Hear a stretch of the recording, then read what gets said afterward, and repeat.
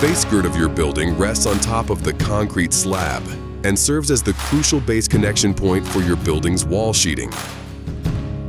Your base girt will be the same galvanized secondary components that are used for your wall girts, as shown on the shipment list. To anchor the base girt securely to the concrete foundation, you will need a minimum of a 1/4 inch diameter by 2 inch long concrete fastener, which are not supplied by Worldwide Steel Buildings. In this example, we are using Worldwide Steel's web truss columns with 3 5/8 inch wall girts. When setting the columns, we had previously marked a chalk line at 3 5/8 inches from the edge of slab around the perimeter of the building. This chalk line represents the outside face of our columns and the inside face of the building girts. We are using this chalk line as a guide to place our base girts. When setting the sidewall base girt at the corner, you will need to know the location of your corner column from the end wall edge of slab. In our example, our building column sits 6 5/8 inches from the end wall edge of slab to the center line of the column. Make a mark at 6 5/8 of an inch from the end of the base girt. This should line up with the center line of your column when set in place. We recommend securing your base girts to the outside flange of the building column with clamps to avoid unintentional movement. And since the outside face of the column represents the inside face of the wall girt, clamping it down ensures it remains at the 3 5/8 inch measurement along your chalk line.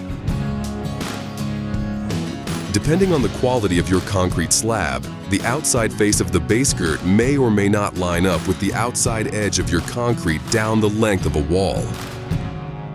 Concrete fasteners will be placed close to the middle of the base girt and on approximately 2 foot centers down the length of the base girt. Mark these holes with the aid of a tape measure.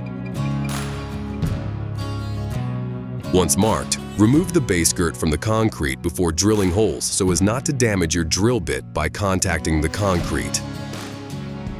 Proceed with drilling the required sized holes in your base girt. Reposition the base girt and mark the corresponding holes on the concrete.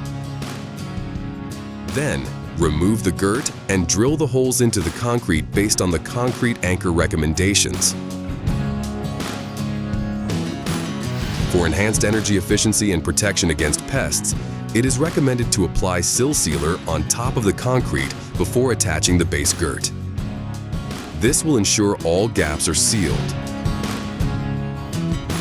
Place the base girt back onto the concrete and secure in place with the recommended concrete fasteners.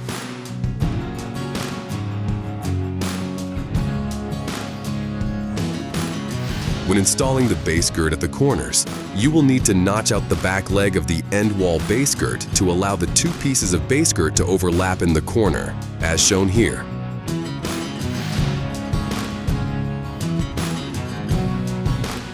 Since we are using 3 5/8 inch girts, we will measure, mark, and cut off the leg of the base girt at 3 5/8 inches.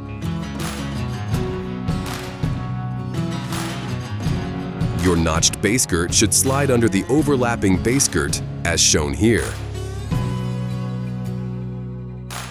In addition to clamps, we recommend using a single Tek screw to secure the overlapping corner base girts before marking your 2 foot centers. Once marked, remove the base girt and repeat the drilling process previously shown, followed by marking the concrete, drilling the concrete, applying the seal sealer at both sides of the corner, placing your base girts, resecuring your base girt with a clamp and Tek screw, and finally, securing with concrete fasteners. Follow this installation procedure for each bay that requires a base girt. Any openings in your building, such as overhead doors or walk doors, will not have a base girt installed. Thanks for choosing Worldwide Steel Buildings. Got questions? Give us a call at 1-800-825-0316 or visit our website at worldwidesteelbuildings.com.